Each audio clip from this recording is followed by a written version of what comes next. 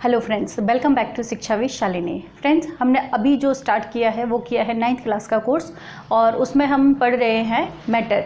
Matter क्या होता है, पदार्थ क्या होता है। पदार्थ वह होता है जिसमें द्रव्यमान होता है तथा जो स्थान घेरता है। ठीक है, इसके बारे में हमने लास्ट वीडियो में देखा था, आप लास्ट वीडियो में देख सकते हैं। इसकी प्लेलिस्ट भी है 9th क्लास की, आप 9th क्लास की प्लेलिस्ट में देख सकते हैं। ये सारा बेसिक कंटेंट है जो आपके कॉम्पिटिटिव एग्जाम्स में भी काम आएगा। अगर आप किसी कॉम्पिटिटिव एग्जाम दे रहे हैं तो आप बेसिक लेवल का यहाँ से देख सकते हैं।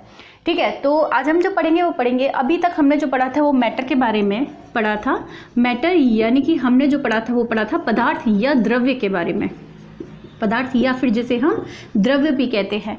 तो द्रव्य का जब हमने क्लासिफिकेशन किया था, फिजिकल क्लासिफिकेशन यानी भौतिक वर्गीकरण, फिजिकल क्लासिफिकेशन भौतिक वर्गीकरण जब किया था तो हमने इसे 3 भागों में बांटा था।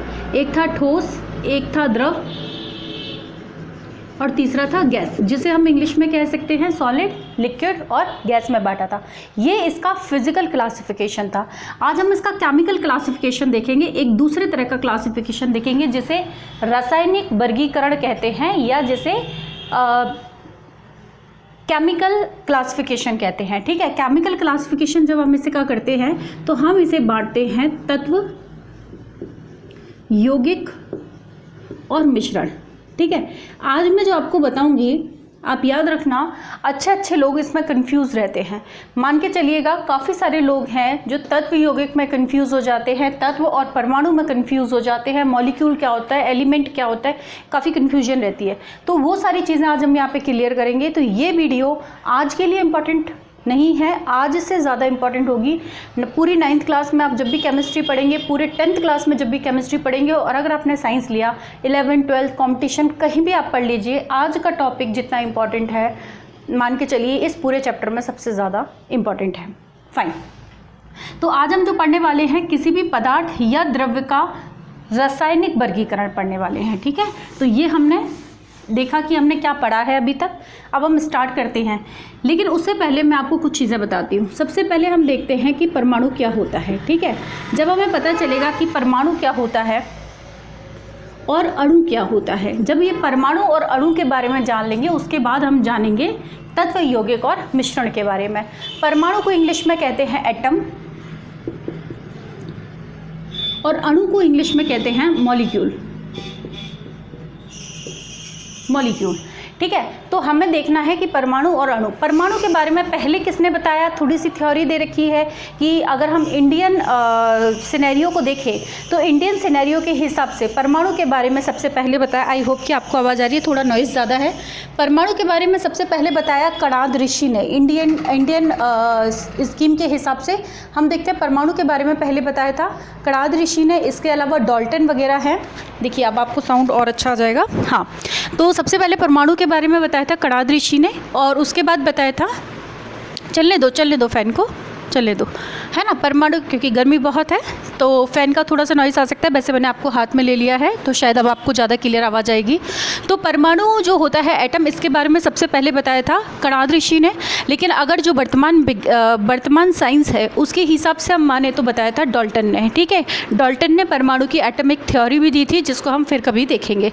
तो परमाणु क्या होता है, देखिए परमाणु वह होता है जो एक स्वतंत्र अवस्था में रह सकता है। जैसे अगर सोडियम को स्वतंत्र अवस्था में रहना है तो वो इस तरीके से रहेगा। अगर ऑक्सीजन स्वतंत्र अवस्था में तो अणु रहता है। परमाणु क्या होता है, जो सबसे छोटी इकाई होती है। परमाणु क्या होता है, सबसे छोटी इकाई। तो सोडियम की सबसे छोटी इकाई क्या होगी, Na। ऑक्सीजन की सबसे छोटी इकाई क्या होगी, O। अगर हम बात करें नाइट्रोजन की सबसे छोटी इकाई क्या होगी, N। क्लोरीन की सबसे छोटी इकाई होगी Cl। फॉस्फोरस की सबसे छोटी इकाई होगी P। सल्फर की सबसे छोटी इकाई होगी S। ठीक है, तो यानी कि सल्फर यहाँ पे जब आ जाता है सबसे छोटी इकाई, यानी कि इस तरीके से हम परमाणु बनाते हैं जिसमें नाभिक होता है, चारों तरफ इलेक्ट्रॉन चक्कर लगा रहे होते हैं इस प्रकार से, तो ये होता है आपका एक परमाणु। ठीक है, अब ये हमने यहाँ पे कुछ एग्जाम्पल लिखे हुए हैं। ठीक है, एक और लिख लेते हैं, मैग्नीशियम। आपको इनके नाम याद रखने पड़ेंगे, sodium, oxygen, nitrogen, chlorine, phosphorus, sulphur और मैग्नीशियम, कई सारे हैं। परमाणु की बात करें तो हमारे पास टोटल 118 परमाणु अब तक ढूंढे जा चुके हैं धरती पर। 118 में से जो 98 हैं, इसका फिगर कहीं कहीं अलग अलग बुक में अलग अलग मिलता है। 98 जो आपके अणु होते हैं वो अणु स्वतंत्र रूप से आपको अर्थ पर मिल जाते हैं, लेकिन उसमें से जो 20 हैं उनको हमने लेबोरेटरी में या तो बनाया है या उनके बारे में सोचा है कि ऐसे परमाणु होते होंगे। अगर आपसे पूछा जाए कितने प्रकार के परमाणु पाए जाते हैं धरती पे, तो 118 प्रकार के परमाणुओं के बारे में हमारे वैज्ञानिक जानते हैं। तो ये कुछ एग्जाम्पल मैंने यहाँ पे लिखे हैं, यानी कि कोई भी पदार्थ है उसकी सूक्ष्मतम इकाई, तो हम यहाँ पे लिख सकते हैं पदार्थ की या किसी मैटर की सूक्ष्मतम इकाई क्या होगी, ये होगी। ठीक है, तो इसे हमने कह दिया परमाणु। अब देखते हैं, ये अभी आप बोलोगे कि मैडम समझ में नहीं आ रहा, पता नहीं क्या चल रहा है। ठीक है, अब जैसे आप परमाणु से अणु की तरफ जाएंगे, अणु से तत्व और यौगिक मिश्रण की तरफ जाएंगे तो आपको ज़्यादा क्लियर हो जाएगा, है ना। मैं आपको कई सारे एग्जाम्पल के साथ बताऊंगी, अभी बस थोड़ा पेशेंस के साथ सुनना पड़ेगा। तो हमने क्या किया, परमाणु के बारे में देख लिया कि कोई भी हमने पदार्थ लिया, सपोज हमने चौक ले ली, क्या ले लिया, चौक। चौक के अणु को जब हम तोड़ते जाएंगे तो लास्ट में जहाँ जाके हमारी गाड़ी रुकेगी वो होता है, कहाँ पर जाके रुकेगी, परमाणु पर जाके रुकेगी। उसको हम क्या कहते हैं, परमाणु, यानी सूक्ष्मतम होना चाहिए। तो ये तो हो गया हमारा किसके बारे में, परमाणु के बारे में। अब हम देखते हैं अणु के बारे में। अणु यानी मॉलिक्यूल के बारे में देखते हैं। मॉलिक्यूल क्या होता है, देखिए मॉलिक्यूल क्या होता है कि अगर आप ऑक्सीजन को ऐसा कैसा छोड़ दें तो वो ऑक्सीजन सरवाइव नहीं कर पाएगी। हम अपनी भाषा में समझ रहे हैं कि अगर आप ऑक्सीजन को ऐसे कैसे रहने दो, ओ के रूप में रहने दो, सूक्ष्मतम इकाई के रूप में रहने दो, तो वो सरवाइव नहीं कर पाएगी, वो अस्तित्व में नहीं रह पाएगी, क्योंकि ऑक्सीजन को चाहिए होता है कोई ना कोई दोस्त। तो वो क्या करता है, किसी के साथ जुड़ जाता है। अगर वो हाइड्रोजन के साथ जुड़ जाएगा तो वो जल बना लेगा, अगर वो खुद के साथ जुड़ जाएगा तो ऑक्सीजन गैस बना लेगा, अगर वो कार्बन के साथ जुड़ जाएगा तो वो कार्बन डाइऑक्साइड बना लेगा। ठीक है, उसने क्या किया कि वो ऑक्सीजन स्वतंत्र रूप से नहीं रह सकता, तो किसी न किसी के साथ जुड़ जाता है, इसलिए वो क्या बना लेता है, कोई अणु बना लेता है। ठीक है, कोई भी वो अणु बना सकता है। ठीक है, सोडियम जो होता है वो अकेला भी रह सकता है, उसे किसी की ज़रूरत नहीं है। तो सोडियम का परमाणु और सोडियम का अणु एक ही बात है, कोई फ़र्क नहीं पड़ता। वो चाहे तो किसी के साथ जुड़ के रह सकता है, जैसे NaCl, सोडियम क्लोराइड यानी कि नमक, ये पानी का फॉर्मूला है, ये कार्बन डाइऑक्साइड गैस का फॉर्मूला है, ये आपका NaCl यानी नमक का फॉर्मूला है।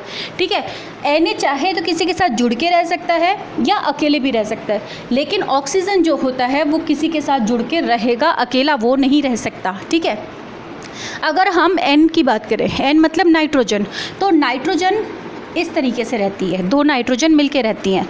क्लोरीन की बात करें तो 2 क्लोरीन मिलके रहती हैं, और भी हो सकता है, जैसे यहाँ भी क्लोरीन है, ये भी क्लोरीन है। फॉस्फोरस की बात करें तो फॉस्फोरस 5 लोगों के साथ मिलके रहता है, यानी 5 फॉस्फोरस एक साथ होंगे तो वो सर्वाइव करेगा, नहीं तो फॉस्फोरस सर्वाइव नहीं कर सकता। सल्फ़र की बात करें तो 8 सल्फ़र एक साथ मिलकर रहते हैं, ये सल्फ़र का अणु बन जाता है, ये जल का अणु बन जाता है, ये कार्बन डाइऑक्साइड का अणु बन जाता है, ये सोडियम क्लोराइड का अणु यानी मॉलिक्यूल बन जाता है। तो मॉलिक्यूल का मतलब ये होता है कि या तो सबसे छोटा होना चाहिए, नमक का सबसे छोटा ये है, पानी का सबसे छोटा ये है, कार्बन डाइऑक्साइड का सबसे छोटा अणु ये है, लेकिन ऑक्सीजन का सबसे छोटा ये होगा। जो सिंगल होते हैं वो परमाणु होते हैं, जब वो या तो अकेले हों या किसी के साथ जुड़ जाएं वो अणु कहलाते हैं। तो दोनों में अंतर थोड़ा समझ में आया होगा। थोड़ी और आगे चलेंगे तो और चीज़ें क्लियर होंगी। यहाँ तक तो बच्चों को कोई दिक्कत नहीं होती है कि परमाणु सिंगल होता है, अणु किसी के साथ जुड़ के भी हो सकता है और सिंगल भी हो सकता है। ठीक है, अब बात करते हैं पदार्थ की, जो कि हम शुरू कर रहे थे चैप्टर में। हम जो शुरू कर रहे थे कि पदार्थ जो होता है वो 3 होते हैं, तत्व होता है, यौगिक होता है और मिश्रण होता है। अब आपको कि मैं इंग्लिश में भी बता दूं तो ये होता है एलिमेंट,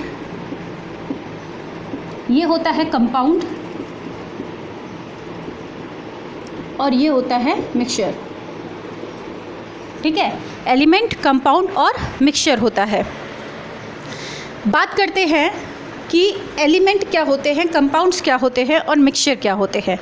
एलिमेंट क्या होते हैं, जहाँ पर या तो सिंगल हो, इसकी बात नहीं करेंगे, बे अणु, बे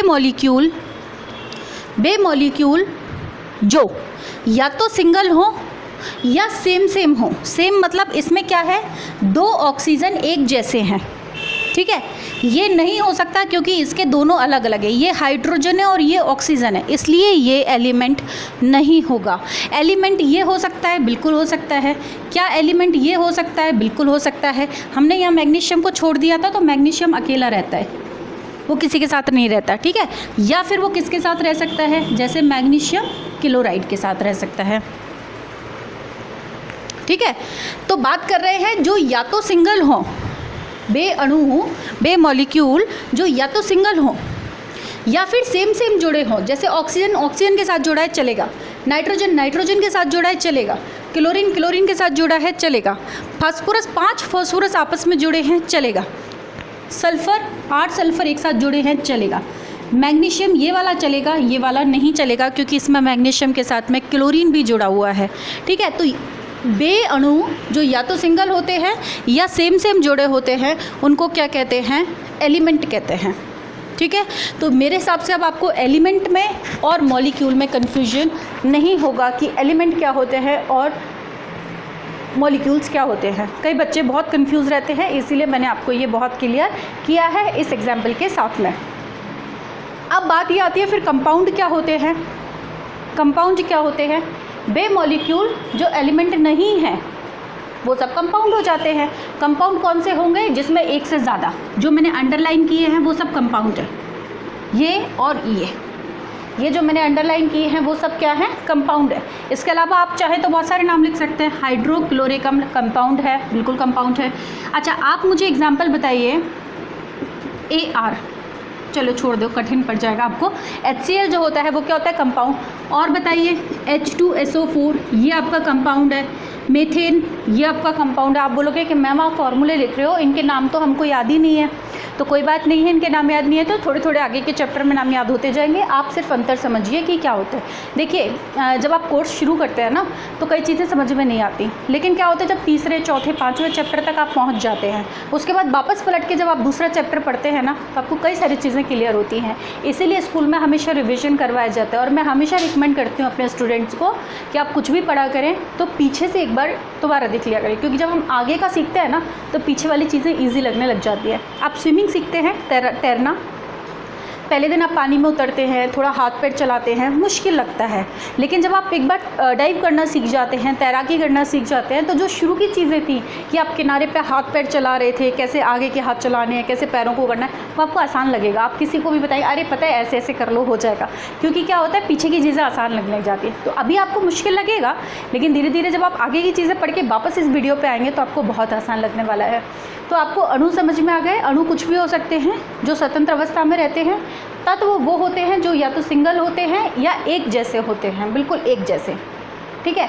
कंपाउंड यानी यौगिक क्या होते हैं, जो 2 या 2 से अधिक प्रकार से, जैसे ये Na मतलब sodium plus chlorine, hydrogen plus oxygen, carbon plus oxygen, magnesium plus chlorine, इनसे मिलकर जब बनता है तो क्या कहलाता है, कंपाउंड कहलाता है, ठीक है। अब एक मैं यहाँ पे आपको एक्स्ट्रा चीज़ बता देती हूँ जो आपकी बुक में नहीं है, तो आप अपने क्लास के बच्चों को इम्प्रेस करने के लिए बोल सकते हैं कि देखो मुझे पता है कि ये जो एलिमेंट्स हैं इनके बारे में सबसे पहले किसने बताया था, सबसे पहले इनके बारे में बॉयल ने बताया था। इसको 1661 में बॉयल ने इसके बारे में बात की थी कि ऐसे एलिमेंट्स होते हैं, ठीक है। तो ये हमारे एलिमेंट्स तक हो गया, कंपाउंड तक हो गया। अब बात करते हैं मिश्रण की।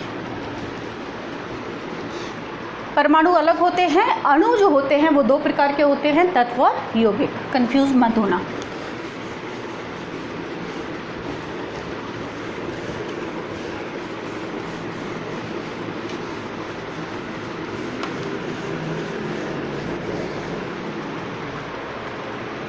देखिए, अब मिश्रण की बात करते हैं तो क्या करते हैं, मुझे एक बात बताइए। जब मैंने H2O लिखा तो मैं बहुत देर से चिल्ला रही हूँ, बोल रही हूँ कि ये वाटर होता है, जल होता है, जल होता है, जल होता है।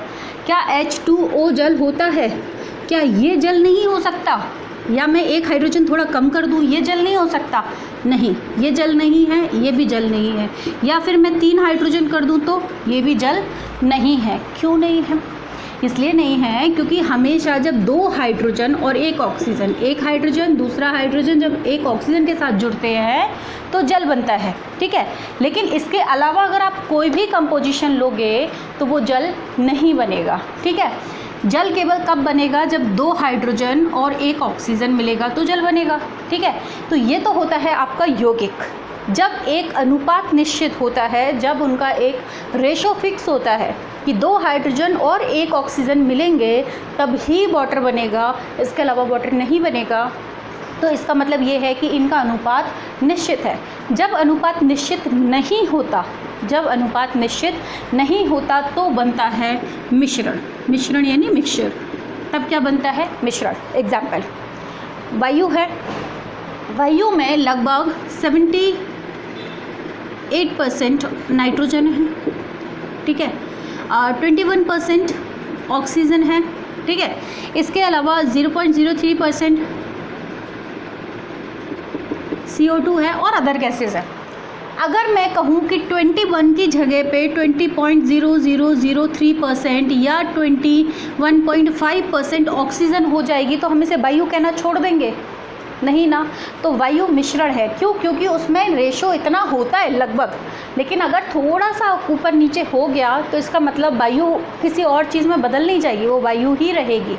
लेकिन यहाँ पे अगर एक हाइड्रोजन ज़्यादा हो गया या एक ऑक्सीजन ज़्यादा हो गया तो वाटर नहीं रहेगा, वो कुछ और बन जाएगा। लेकिन वायु में अगर हम कंपोजिशन चेंज कर देते हैं तो वायु से बदल के कुछ और नहीं बन जाएगी, वो वायु ही रहेगी। इसलिए वायु एक मिश्रण होता है। एक एग्जाम्पल और लेते हैं, दूध। देखिए, आप फुल क्रीम दूध लेके आते हैं जिसमें बहुत ज़्यादा मिलाई होती है, और एक नॉर्मल दूध लेके आते हैं जिसमें मान लेते हैं थोड़ी कम मिलाई होती है। क्या कम मिलाई वाला दूध दूध नहीं होता है, या ज़्यादा मिलाई वाला दूध दूध नहीं कुछ और होता है? एक ही बात है ना, ठीक है। किसी में कम मिलाई होती है, किसी में ज़्यादा मिलाई होती है। कोई अमूल का लेके आता है, कोई सरस का लेके आता है, लेकिन दूध तो दूध ही होता है। तो दूध एक प्रकार का मिश्रण है कि उसमें क्रीम यानी फैट की मात्रा कम भी हो सकती है, ज़्यादा भी हो सकती है, कोई फ़र्क नहीं पड़ता, दूध दूध ही होता है, ठीक है। तो दूध एक प्रकार का मिश्रण है। तो यहाँ पे कभी कभी मिश्रण के नाम पूछ लेते हैं, तो आप लिख सकते हैं कि अगर मैं बात करूँ दूध, सीमेंट, कागज़, ठीक है, इसके अलावा वायु, कांच, ये सब क्या होते हैं? मिश्रण होते हैं। ये सब क्या होते हैं? मिश्रण होते हैं। जबकि अगर हम बात करें चीनी, शराब और वाटर, जल, ठीक है, ये सब ज़्यादातर चीज़ें, ग्लूकोज, ये सब चीज़ें क्या होती हैं? यौगिक होती हैं। ये सारी चीज़ें यौगिक यानी कंपाउंड होती हैं। और ये जो मैंने लिखे हैं वो सारे मिश्रण होते हैं, ठीक है। तो ये था हमारा तत्व, यौगिक और मिश्रण। इससे पहले हमने देखा था परमाणु और अणु के बारे में। तो आप मुझे बताएं आपको कैसा लगा और आपको ये चीज़ें समझ में आई या नहीं आई, ठीक है। कुछ एलिमेंट्स के नाम हैं जिनको आप अच्छे से याद कर लीजिएगा, धीरे धीरे आपको समझ में आने लग जाएगा। पढ़ते रहिए, खुश रहिए। Thank you so much.